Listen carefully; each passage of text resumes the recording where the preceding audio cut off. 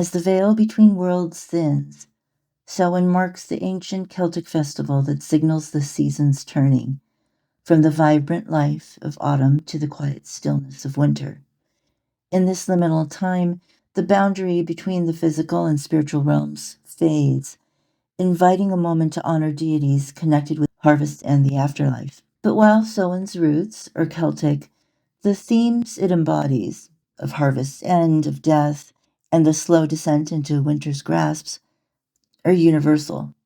Across the world, in far-off Eastern and Middle Eastern lands, similar festivals and figures emerge, all tied to the turning of the seasons and the mysteries that come with it. Though distant from lands that specifically celebrate Samhain, these deities and traditions share a common thread: the reverence for those who have passed, the reflection on the cycle of life and death, and the celebration of nature's final fleeting abundance. So let's journey together into the shadows of autumn to explore these gods and goddesses who preside over the threshold of winter and beyond.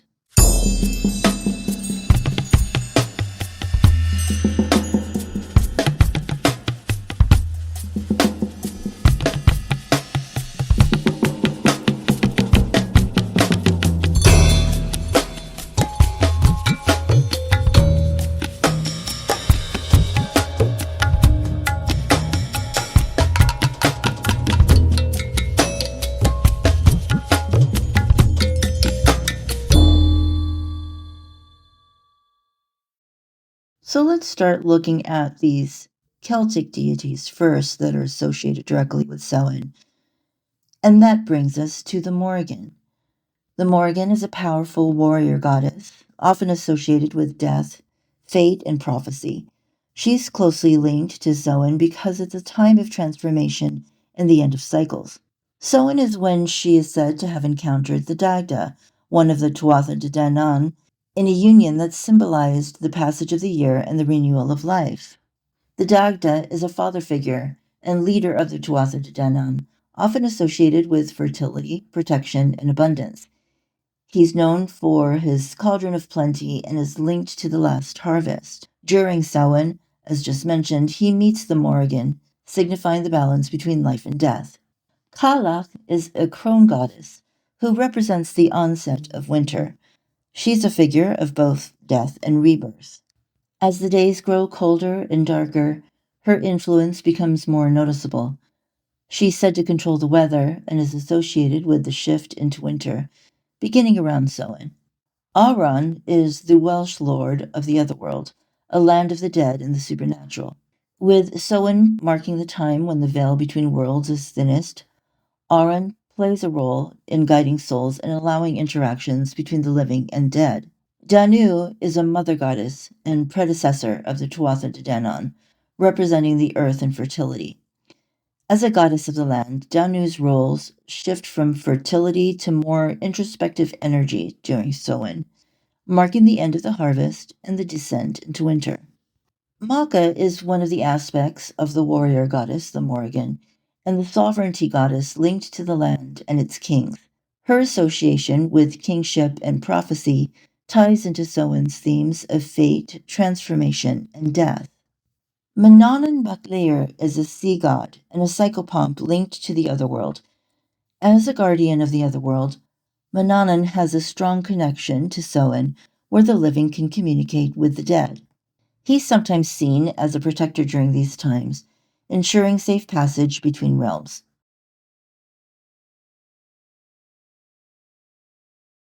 Although not Celtic, there are related traditions from nearby lands that also can be seen as connected to this time of year. Hecate is a Greek goddess of witchcraft, the moon, and the crossroads. Her domain over magic, spirits, and the liminal spaces between life and death aligns her with the themes of Samhain. She's often invoked for guidance during this period of spiritual transition. Persephone, another Greek entity, is known as the queen of the underworld, associated with death and rebirth. Persephone's seasonal descent into the underworld represents a cycle of life and death, like Samhain's themes of dying and renewal. It symbolizes the death of vegetation and its rebirth, mirroring the seasonal transitions celebrated during Samhain. The Norse god Odin, the Allfather, is associated with wisdom, death, and prophecy. Odin's role as a psychopomp and his leadership of the wild hunt during the winter months aligns him with the Samhain period when spirits walk the earth. As we move east into the part of the world most known as the Middle East, we can find deities and mythological figures also associated with this time of year. The Egyptian god Osiris is one of the most important deities in Egyptian mythology, primarily known as the god of the afterlife, resurrection, and agriculture. Osiris symbolizes the cycle of death and rebirth, mirroring the seasonal transitions, again celebrated during Samhain. His death and resurrection myths parallels the themes of endings and new beginnings central to Samhain. The Egyptian god Anubis is the god of mummification and the afterlife, overseeing the process of embalming and guiding souls to the afterworld. His role in escorting souls to the afterlife echoes Samhain's focus on the thinning veil between the living and the dead. Anubis serves as a protector of graves and tombs, guaranteeing the safe passage of souls. The Mesopotamian deity Ereshkigal is the queen of the underworld in Sumerian and Akkadian mythology, ruling over the realm of the dead. Her dominion over the underworld lies up with Samhain's themes of honoring and interacting with the spirits of the dead. Her stories often involve themes of separation and reunion, reflecting the cyclical nature of life and death celebrated during Samhain. The Mesopotamian deity Nergal is the god of war, plague, and the underworld, embodying both destructive and regenerative aspects. As a deity associated with death and war, Nergal represents the harsher aspects of the transition into winter. His dual role in destruction and regeneration mirrors the end of the harvest and the preparation for the renewal that comes with the new year. Nergal's associations with both death and fertility highlight the balance between endings and new beginnings, a core theme of Samhain. Inanna, also known as Ishtar, is the Mesopotamian goddess of love, beauty, sex, and war, but she also has significant connections to the underworld. In her descent to the underworld, Inanna undergoes a transformation that symbolizes death and rebirth, paralleling the cyclical nature of Samhain. As a goddess connected to fertility and prosperity, she embodies the harvest aspects of Samhain. Her complex nature, encompassing both life-affirming and destructive forces, reflects the duality of Samhain as a time of both celebration and mourning. Tammuz is a Mesopotamian fertility god whose annual cycle of death and resurrection provides symbology much like the seasonal transitions celebrated during Samhain. His myth reflects Samhain's blend of mourning and anticipation for the new year. Moving to the Far East, we can see several Asian deities that are associated with the autumn or harvest season and death-related festivals around the same time of year. In Hindu and Buddhist traditions, Yama is the god of death and the underworld. Yama's presence coincides with the themes of death and the afterlife, which are central to Samhain. Yama oversees the passage of souls into the afterlife, similar to Celtic psychopomps. In Buddhist festivals, the spirits of the dead return to the living world, much like the spirits wandering during Samhain. Lakshmi, the Hindu goddess of wealth and prosperity, is honored during the festival of Diwali.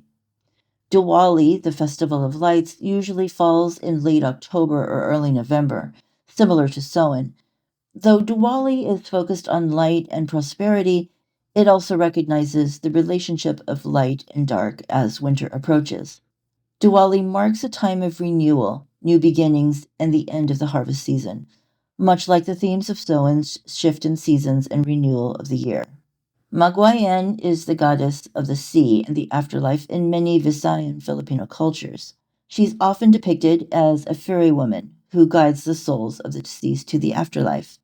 Magwayan embodies the transition between life and death, making her significant during times of honoring the dead, especially during the harvest season, when families remember and honor their ancestors. Bathala is the supreme god in Tagalog Filipino mythology, often seen as the creator and ruler of the heavens and the earth. His role encompasses life, death, and rebirth, similar to the themes of transformation and spiritual reflections found in Samhain celebrations. Daikokuten is one of Japan's 7 lucky gods and is associated with wealth, harvest, and good fortune. He's traditionally honored for bounty and fertility, especially during the rice harvest, which happens in autumn. His celebrations coincide with giving thanks for a plentiful harvest before winter. Chang'e is the Chinese god of the moon and is honored during the Mid-Autumn Festival, also known as the Moon Festival. The Moon Festival, held on the 15th day of the 8th lunar month, which is usually in September or October, celebrates the full moon and the harvest. This festival shares the same seasonal significance as Samhain, with its focus on giving thanks for the harvest, reuniting families, and reflecting on the cycles of nature. Mingpo is a goddess in Chinese mythology who serves in the underworld. She gives the dead the 5-flavored tea of forgetfulness to erase memories of past lives before they are reincarnated. As a goddess of the underworld, Mingpo aligns with the death-related themes of Samhain, where the dead are remembered and the concept of the veil between life and death becomes central. Although remembered during Ghost Month, which generally occurs in August, roughly around the autumn equinox, Mingpo's role in guiding souls into reincarnation mirrors the transformation and renewal aspects of Samhain, and she can be honored as such if you so choose. And finally, we come to Kali, the Hindu goddess of time, change, death, and destruction.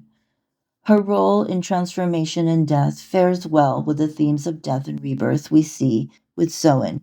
Granted, Kali is generally honored throughout the year, but her symbolism fits well within autumn's themes of endings and the cycle of life, as Kali is a force of destruction that clears the way for new beginnings, much like Samhain's themes of death making way for renewal. While the festival of Samhain is rooted in Celtic culture, the arrival of autumn and the onset of winter resonates deeply across various traditions worldwide. In the rich tapestries of Middle Eastern mythologies, deities like Osiris, Anubis, and Ereshkigal mirror the themes of harvest, death, and seasonal transition, embodying our universal human experiences of life, death, and renewal. Similarly, in the East, figures such as Yama, Lakshmi, and Kali capture the intense aspects of death, harvest, and transformation that define the seasonal shift.